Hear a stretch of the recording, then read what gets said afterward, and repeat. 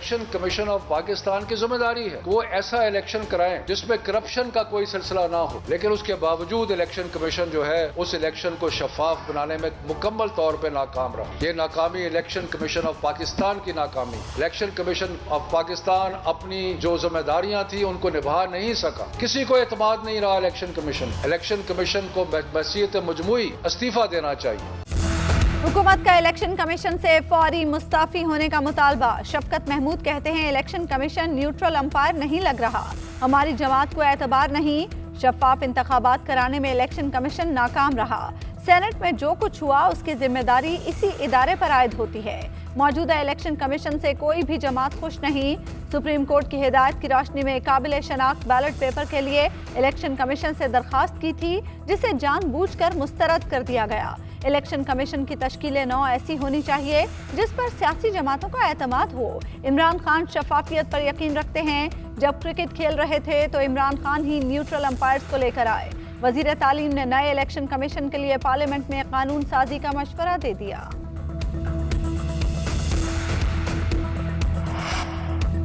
Opposition ने हुकूमती मुतालबा मुस्तरद कर दिया। मरियम नवाज कहती हैं इदारों पर हमला क्या होता है अब कौम को समझ आ गई। पीटीआई पूरे मुल्क में जिमनी इलेक्शन हार गई, उसमें इलेक्शन कमीशन का क्या कसूर है? आपने डस्का का इलेक्शन चोरी किया, 20 प्रिजाइडिंग अफसरों को अगवा किया गया, आपको शर्म आनी चाहिए। शाहिद खाकान अब्बासी ने कहा हुकूमत ने इलेक्शन कमीशन पर हमला कर दिया। नैयर बुखारी बोले वाज़े हो गया कि सिलेक्टेड हुकूमत इदारे भी सिलेक्टेड चाहती है। मुतालबा बदनीयती पर मबनी और इंतकामी है। ANP भी सरापा एहतजाज। जाहिद खान कहते हैं हुकूमत दानिशमंदी का मुजाहरा करे, इलेक्शन कमीशन के गैर जानिबदार फैसले हुकूमत को हज़म नहीं हो रहे। शहबाज गिल की लाहौर हाईकोर्ट में पेशी पर लीगी कारकुनान का अंडों और स्याही से हमला। अहाते में हंगामा आराई। स्याही लगने से शहबाज गिल की आंख में इन्फेक्शन, अस्पताल जाकर मुआयना कराया। कहते हैं मुझ पर अपने काले करतूतों की स्याही फेंको या जो मर्जी करो, तुम्हारा पीछा नहीं छोड़ूंगा। जानता था नून लीग गुंडागर्दी करेगी। इमरान खान का सिपाही हूँ, किसी से डरने वाला नहीं। दोबारा ऐसा हुआ तो अगली प्रेस कॉन्फ्रेंस मरियम नवाज के घर के बाहर रखूंगा। हम एक थप्पड़ के जवाब में 10 थप्पड़ नहीं मारेंगे। मरियम नू मेरा आज पैगाम है, अगली बारी एहो जी थकी हुई हरकत की ते मैं उत्थे तुहाडे घर दे सामने आके प्रेस कॉन्फ्रेंस करांगा। वफाकी वज़रा की शहबाज गिल पर स्याही फेंकने की मजम्मत। फवाद चौधरी ने कहा काले करतूत दूसरों पर स्याही फेंकने से नहीं मिटेंगे, इस तरह की हरकतों से तलखियां बढ़ेंगी। मुराद सईद बोले सनद याफ्ता डाकुओं का टोला NRO के लिए किसी भी हद तक गिर सकता है। इश्तिहारी लंदन भागकर मुल्क के खिलाफ बढ़के मार रहा है। फिरदौस आशिक आवान ने कहा जाली राजकुमारी की इदारों और हुकूमती शख्सियात से टकराव की पॉलिसी से ऐसे वाक़यात जन्म ले रहे हैं जो इंतहाई काबिल मजम्मत हैं। जो सेनेट इलेक्शन हुए हैं इसमें भी एस्टेब्लिशमेंट की मुदाखलत बड़ी नुमायां नजर आ रही और शऊरी तौर पर उन्होंने ये बताने की कोशिश की है हुक्मरान जमात को बेईमाना कि अगर आप कौमी असम्बली में अक्सरियत में हैं लेकिन आप शिकस्त खाएंगे और अपोजिशन जीते, और सेनेट में अपोजिशन को ये बताने के लिए कि अगरचे हर चंद के आप अक्सरियत में हैं लेकिन आपने हारना है और अक़लियत ने जीतना है। इस्तीफे कब आएंगे? PDM में फिर तकसीम के इशारे मिलने लगे। पहले इस्तीफे फिर लॉन्ग मार्च। PDM रहनुमा मिशन की कामयाबी के लिए फिर सर जोड़ेंगे। मौलाना ने इस्तीफों के बगैर लॉन्ग मार्च को बेसूद करार दे दिया। कहा हुकूमत के खिलाफ पूरी कौम हम आवाज है। सेनेट इंतखाबात में इस्टेब्लिशमेंट का किरदार नुमाया नजर आया। इन्हें मोहलत नहीं मिलनी चाहिए वरना मुल्क का नुकसान होगा।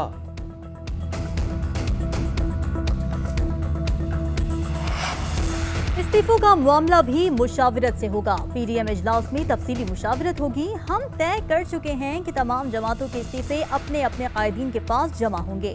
PDM ने सेनेट में हुकूमत को शिकस्त दी। PDM उम्मीदवार को 49 और हुकूमती उम्मीदवार को 48 वोट मिले। बिलावल कहते हैं हमारे जायज वोट मुस्तरद करके आपको कुर्सी पर बिठा दिया गया। PDM की दोनों हाउस से जीत हुकूमत को बर्दाश्त नहीं हुई। ज़मीनी इलेक्शन में भी PDM उम्मीदवारों को वाज़ेह कामयाबी मिली। मरियम नवाज कल इस्तीफों का मामला हल करने के लिए पुरुम्मीद। कहती हैं इस्तीफे ना देने वालों को मनाने की कोशिश करेंगे। हुकूमत की गिरती हुई दीवार को एक धक्का और देना चाहिए। हुकूमत को घर भेजने तक पासपोर्ट ट्रे में भी रखकर पेश किया गया। तो बैरून मुल्क नहीं जाऊंगी। इमरान खान कोरोना से बड़ा खतरा है, इक्तदार से निकालना ही उनकी वैक्सीनेशन है। मुझे जेल में डालने की धमकियों से नहीं डराया जा सकता। नाकाम होने पर अदलिया का कंधा इस्तेमाल करने की कोशिश की जा रही है। मुस्लिम लीग नून को इंतकाम का निशाना बनाया गया तो खामोश नहीं रहेंगे। हाई कोर्ट में नैब ने मज़े का खेज दरखास्त दी। आपका काम तो करप्शन पकड़ना था, इदारों का तर्जुमान किसने बनाया?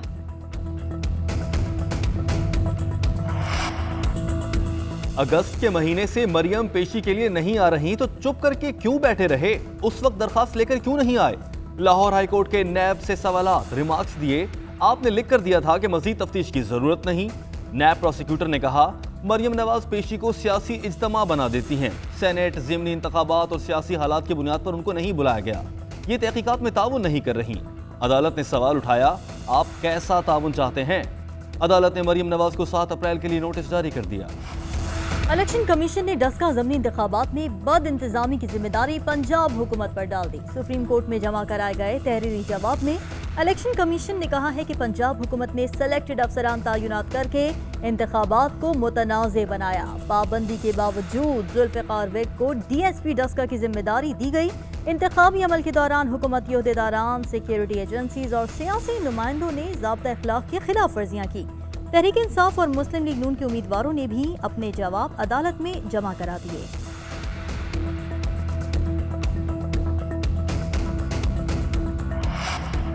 पंजाब हुकूमत का बल्दियाती ऑर्डिनेंस सुप्रीम कोर्ट पर हमला है। जस्टिस फायज ईसा ने रिमार्क्स दिए, बरतानवी वायसराय भी ऐसा नहीं करते थे जो गवर्नर पंजाब ने किया।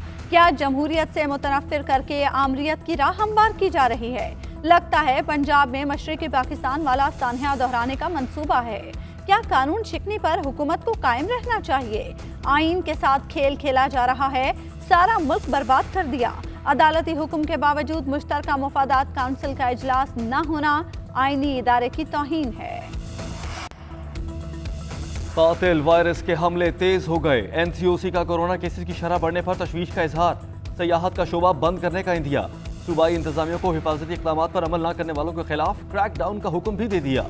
24 घंटों में 2253 नए केसेस, मजीद 29 अमवात। एक्टिव केसेस की तादाद 22,038 हो गई। मस्बत केसेस की शरह 5.11% तक जा पहुंची।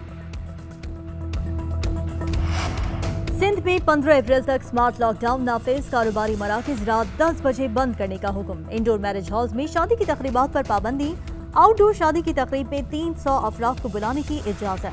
होटल्स में इंडोर डाइनिंग पर पाबंदी आयद। Outdoor dining, take away, home delivery की इजाजत।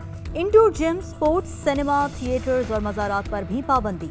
दफातर में 50% स्टाफ के काम की पॉलिसी पर अमल दरामद होगा। मास्क का इस्तेमाल लाजमी करार। सदर मुमलिकत आरिफ अलवी ने भी कोरोना वैक्सीन लगवा ली। कहते हैं हुकूमत ने वैक्सीनेशन का अमल आसान बनाया है। NCOC के इकदामात काबिल तहसीन हैं। मुल्क भर में 60 साल के अफराद की वैक्सीनेशन का अमल जारी। कल से कैंप लगाए जाएंगे। शहरियों की सहूलत के लिए मोबाइल वैन भी काम करेगी। कोयटा के इलाके पुराना कस्टम गुलाम रसूल फाटक के करीब घर से 3 बच्चों की लाशें बरामद। एक बच्ची को शदीद जख्मी हालत में अस्पताल लाया गया।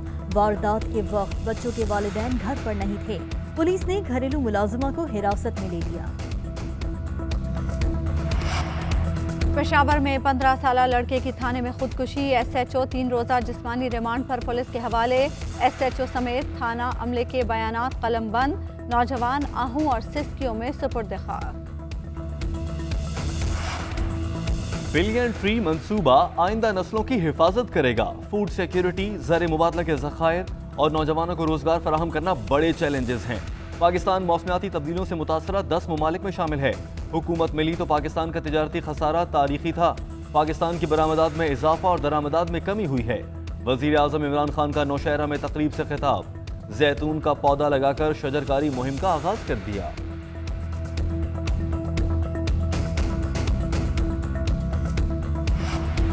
Army chief general Qamar Javed Bajwa का लाहौर कोर के फील्ड एरिया का दौरा। जवानों से मुलाकात की। छोटे हथियारों की फायरिंग का मुशाहिदा।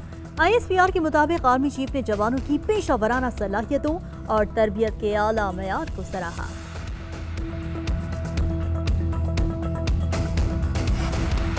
एक और वानी शहीद। मकबूजा कश्मीर में काबिज भारतीय फोर्सेस का शोपियां के इलाके रावलपुरा में नाम निहाद सर्च ऑपरेशन। तालिब इल्म रहनुमा सज्जाद अफगानी को शहीद कर दिया। 2 दिन में शहदा की तादाद 2 हो गई।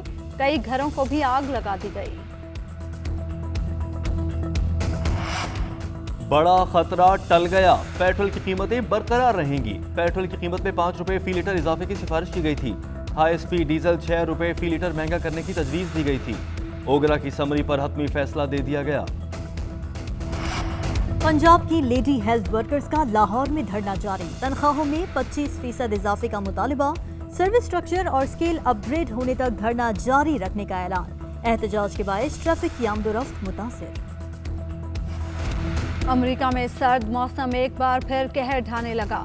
मुतादिद हिस्से खतरनाक बर्फानी तूफान की लपेट में आ गए। डेनवर का एयरपोर्ट बंद, सैकड़ों परवाजें मनसूख।